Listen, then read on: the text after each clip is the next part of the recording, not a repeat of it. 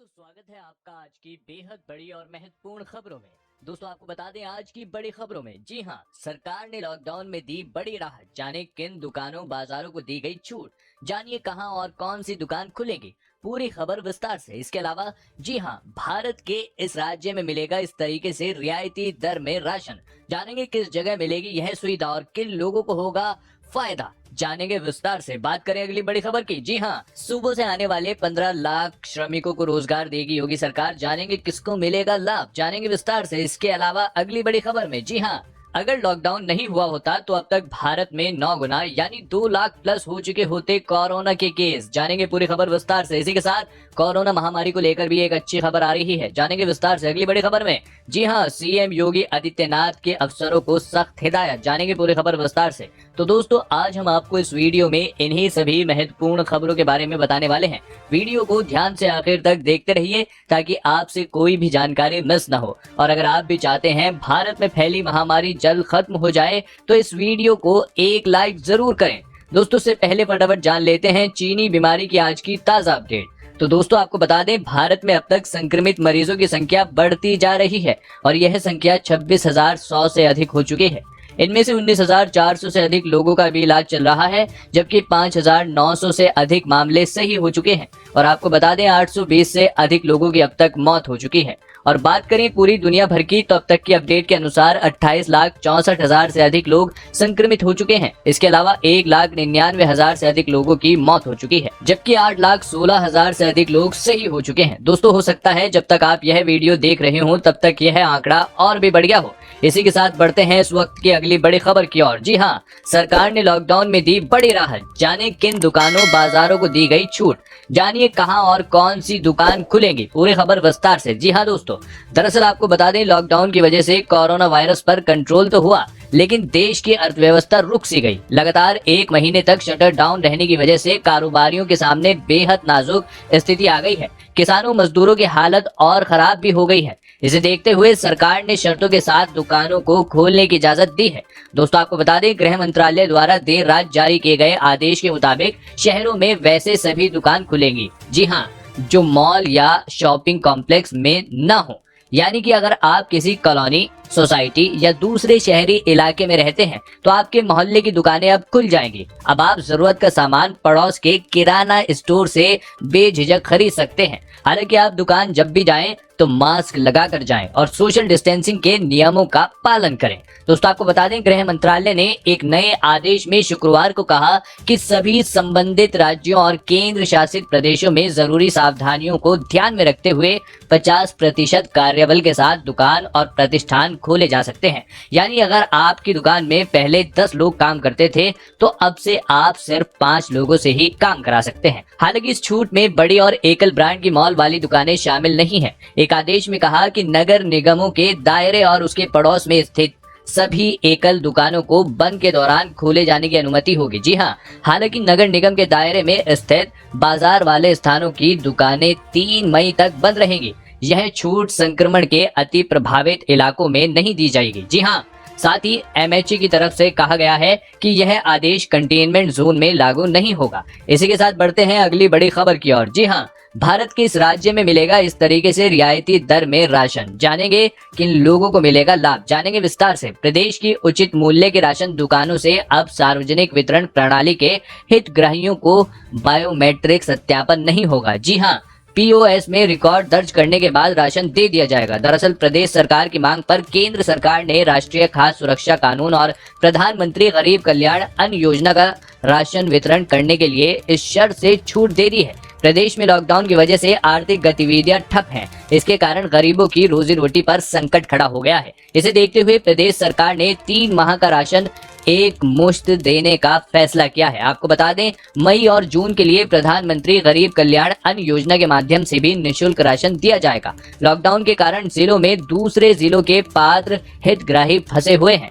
Portability नहीं होने की वजह से इन्हें राशन लेने में दिक्कत आ रही है। इसे देखते हुए इंदौर सहित कुछ अन्य जिलों के कलेक्टर और विधायकों ने खाद्य विभाग से बायोमेट्रिक की अनिवार्यता से छूट देने की मांग की थी। विभागीय मंत्री गोविंद सिंह राजपूत ने समस्या की गंभीरता को देखते हुए मुख्यमंत्री से अनुरोध किया था कि केंद्र सरकार से इस मामले में विशेष अनुमति ली जाए। दोस्तों आपको बता दें, मुख्यमंत्री के प्रस्ताव पर केंद्र सरकार ने लॉकडाउन अवधि के लिए छूट दे दी है।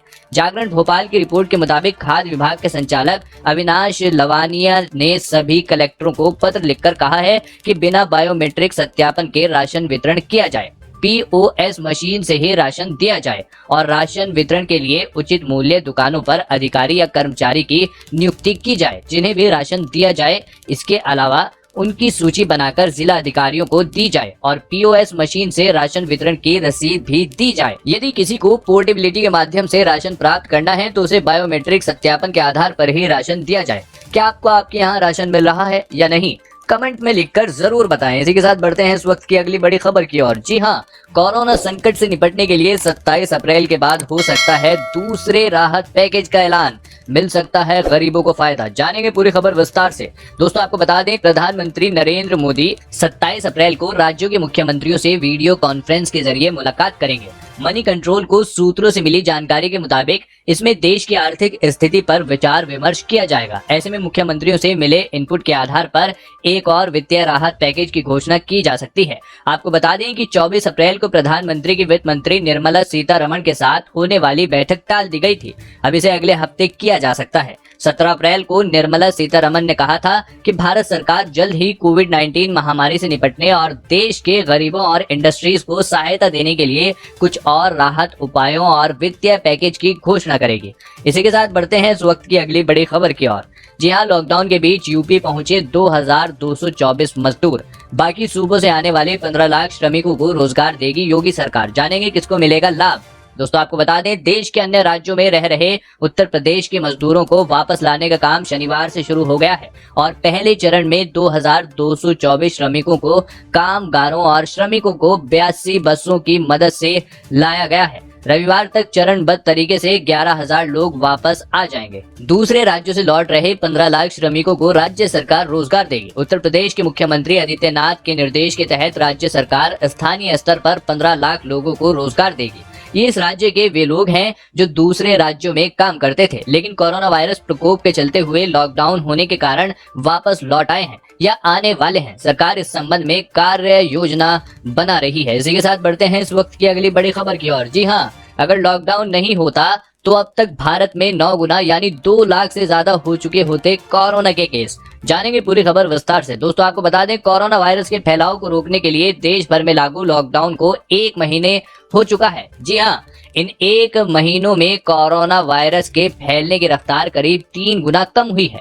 अगर भारत सरकार ने केसों के काफी बढ़ने का इंतजार किए बिना लॉकडाउन का साहसिक फैसला न लिया होता तो आज स्थिति बहुत खराब होती और फिलहाल देश में अभी से करीब 9 गुना ज्यादा केस यानी 2 लाख के पार हो चुके होते। आपको बता दें, 24 मार्च को देश में कोरोना वायरस संक्रमण के करीब 500 केस थे। उस समय कोरोना वायरस का डेली ग्रोथ रेट 21.6% था और 25 अप्रैल को सुबह 8 बजे तक देश में कुल 24,506 केस हैं। डेली ग्रोथ रेट भी घटकर 8.1% रह गई है यानी करीब 1/3 हो गई है। आपको बता दें, भारत ने लॉकडाउन नहीं किया होता और वायरस की ग्रोथ रेट 24 मार्च की तरह ही होती तो 23 अप्रैल तक ही देश में 2,12,437 केस हो चुके होते। यह अभी से करीब 9 गुना ज्यादा होते। दोस्तों आपको क्या लगता है, भारत में लॉकडाउन और बढ़ाने की आवश्यकता है? कमेंट में अपनी राय अवश्य दें। इसी के साथ बढ़ते हैं इस वक्त की अगली बड़ी खबर की ओर। जी हाँ, सीएम योगी आदित्यनाथ के अफसरों को सख्त हिदायत, 30 जून तक कहीं भी किसी भी तरह की इकट्ठा न हो पाए भीड़। आपको बता दें, कोरोना वायरस के बढ़ते हुए संक्रमण को देखते हुए यूपी सरकार ने बड़ा फैसला लिया है। उत्तर प्रदेश के मुख्यमंत्री योगी आदित्यनाथ ने अफसरों को सख्त हिदायत देते हुए निर्देश दिए हैं कि 30 जून तक पूरे देश में कहीं भी और किसी भी तरह से भीड़ एकत्र न हो पाए। कोरोना वायरस महामारी का बढ़ता हुआ प्रकोप को देखते हुए लोगों के हितों में यह फैसला यूपी सरकार ने लिया है। यूपी के मुख्यमंत्री मीडिया एडवाइजर ने ट्वीट करके यह जानकारी दी है। उन्होंने ट्वीट में लिखा, मुख्यमंत्री योगी आदित्यनाथ जी ने अफसरों को सख्त हिदायत दी है कि 30 जून तक कहीं भी किसी भी तरह की भीड़ इकट्ठा न हो पाए। यह फैसला प्रदेश में कोरोना को नियंत्रण में रखने के इरादे से लिया गया है। दोस्तों इसी के साथ अब बढ़ते हैं अगली बड़ी खबर की ओर। जी हाँ, टला रैपिड टेस्ट किट का इस्तेमाल, देश में 15 लाख से अधिक टेस्ट के इंतजाम। जी हाँ, आपको बता दें, नोवल कोरोना वायरस से निपटने की दिशा में देश में मौजूद इलाज की व्यवस्था, जांच किट आदि के मुद्दों पर केंद्रीय मंत्रियों के समूह की बैठक में शनिवार को चर्चा की गई। बैठक में इस महामारी के इलाज को लेकर देश की तैयारियों का जायजा लिया गया। सरकार के अनुसार देश में अभी कोविड-19 के लिए टेस्ट की क्षमता 15 लाख से अधिक है। साथ ही अनेक भारतीय कंपनियां इस महामारी के लिए टेस्ट किट विकसित करने में जुटी हैं। कोविड-19 से जंग में 1.25 से अधिक वॉलंटियर सहयोग को तैयार हैं। देश में कोरोना वायरस संक्रमण के हालात पर नियंत्रण होने की बात पर केंद्रीय मंत्रियों के समूह की बैठक में सहमति बनी। साथ ही बैठक में कहा गया कि सरकार द्वारा उठाए गए कदमों के सकारात्मक परिणाम दिख रहे हैं, इसीलिए अभी रैपिड टेस्ट किट के इस्तेमाल को टाल दिया गया है।